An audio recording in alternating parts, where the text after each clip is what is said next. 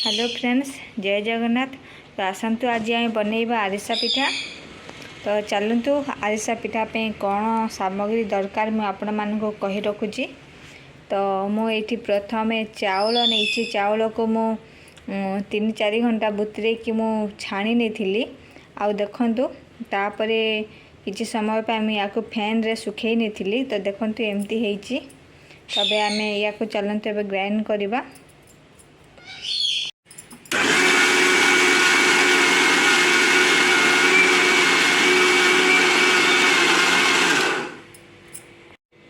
तबे देखंतु एबे एटा हे साची।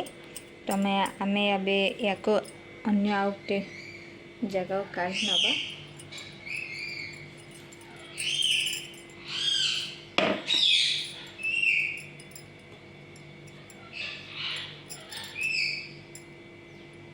देखंतु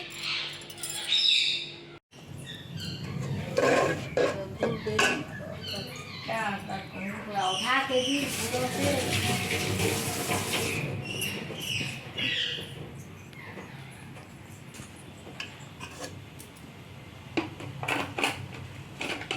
गुड़ की भल से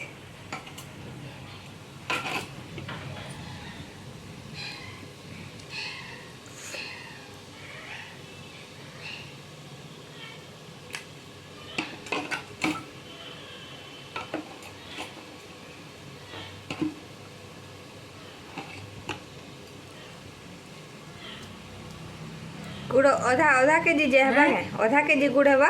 कावलू आधा केजी गुड़ वो आधा केजी तरजे के तर आधा केजी केजे थी आधा केजी गई।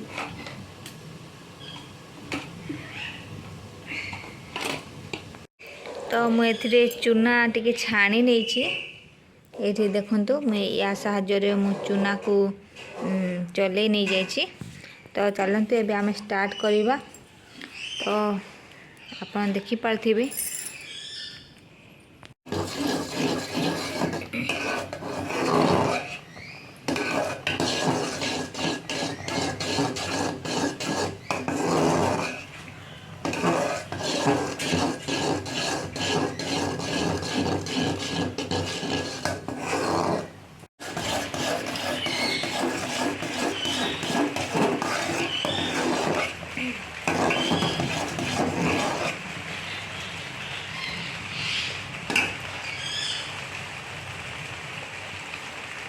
ठीक है हवा जाने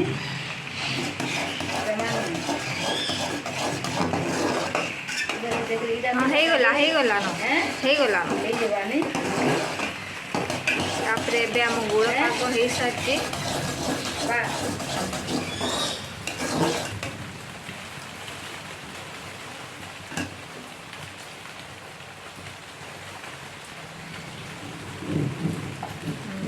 मुड़ा ही गला ए देखो इटा मुड़ा ही गला न। हाँ ये देखो हाँ हो गला न।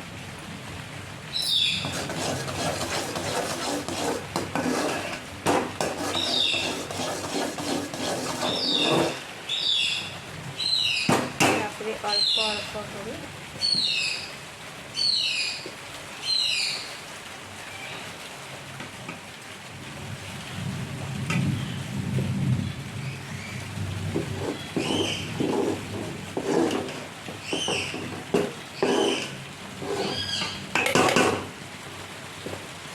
तो लागबा कैसे नहीं। हाँ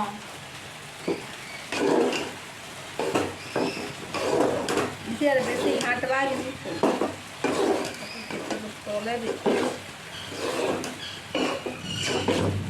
ओके देसी ने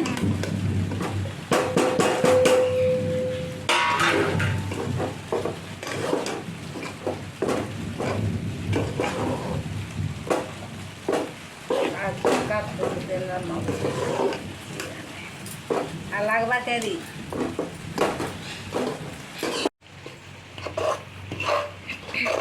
तब हो गला आमर आरिसा पाग। तो देखंतु यार बढ़िया है रे छाल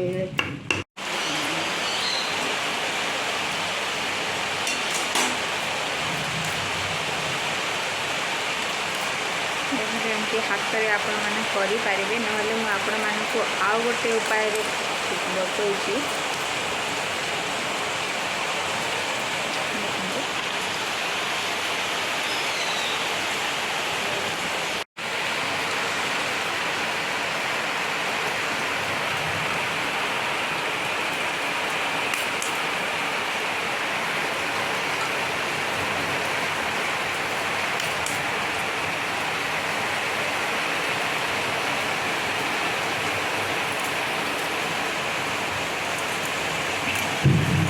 ଏଇଟା ଗ୍ୟାସ୍କୁ ସିମ୍ କରିକି ଆପଣମାନେ ଛାଣିବେ, କାହିଁକିନା ଭିତର ଚାଉଳ ଯେମିତି ସିଝିଯିବ।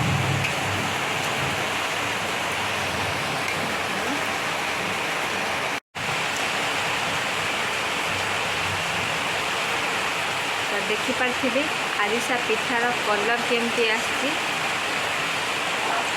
ଦେଖନ୍ତୁ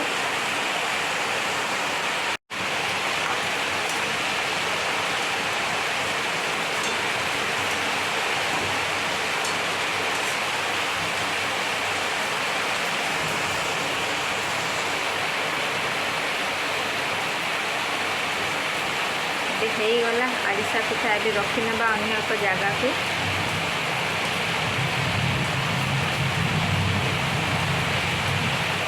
ତ ମୁଁ ଏଥିରେ କିଛି ବି ପକେଇନି, କେଉଁ ଜିନିଷ ବି ଆପଣମାନେ ଦେଖିଥିବେ। ମୁଁ ବାସ୍ ଖାଲି ଗୁଡ଼ ଆଉ ଚାଉଳ ନେଇଛି।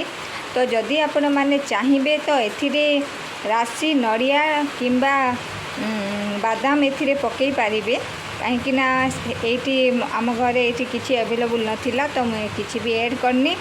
ତ ଆପଣମାନେ ସେଇଗୁଡ଼ାକୁ ପକାଇକି ଆରିସାରେ ଦେଇପାରିବେ। ତ ବହୁତ ହି ବଢ଼ିଆ ଲାଗେ। ତ ଦେଖନ୍ତୁ ଥରେ ଆଉ ଟ୍ରାଏ କରନ୍ତୁ କେମିତି କ'ଣ ହେଇଛି। ତ ଫ୍ରେଣ୍ଡସ୍, ଫାଇନାଲି ଆରିସା ପିଠା ଆମର ସରିଯାଇଛି। ତ ଦେଖିପାରିଥିବେ ଆରିସା ପିଠାର କେମିତି କ'ଣ ହେଇଛି। ତ ଦେଖନ୍ତୁ ମୁଁ ଆପଣଙ୍କୁ ଗୋଟେ ଦେଖାଉଛି।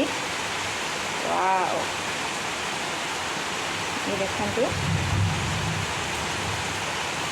ଦେଖିପାରିଥିବେ ଆରିସା ପିଠା କେମିତି ହେଇଛି। ମାନେ ଏତେ ସଫ୍ଟ, ଧରୁ ଧରୁ ପୁରା ଛିଣ୍ଡି ଯାଉଛି, ବହୁତ ସଫ୍ଟ ହେଇଛି। ତ ଫ୍ରେଣ୍ଡସ୍, କେମିତି ଲାଗିଲା ମୋର এই ଆରିସା ପିଠା ଆପଣମାନଙ୍କ ସହିତ ମୁଁ এই ପିଠାଟା ସେୟାର କରିଛି। ତ ଆପଣମାନେ ବି ଘରେ ନିଶ୍ଚୟ ଥରେ ଟ୍ରାଏ କରନ୍ତୁ ଆଉ ଦେଖନ୍ତୁ କେମିତି କ'ଣ ହେଇଛି। ଯଦି ମୋର ଏ ରେସିପି ଆପଣମାନଙ୍କୁ ଭଲ ଲାଗିଥାଏ ଆରିସା ପିଠା, ତାହେଲେ ନିଶ୍ଚୟ ଘରେ ବନାନ୍ତୁ ଆଉ ମୋତେ ସବସ୍କ୍ରାଇବ୍ କରନ୍ତୁ। କମେଣ୍ଟରେ ଜଣାନ୍ତୁ କେମିତି କ'ଣ ହେଇଛି ଆଉ ସେୟାର କରନ୍ତୁ। ରହୁଛି, ଜୟ ଜଗନ୍ନାଥ।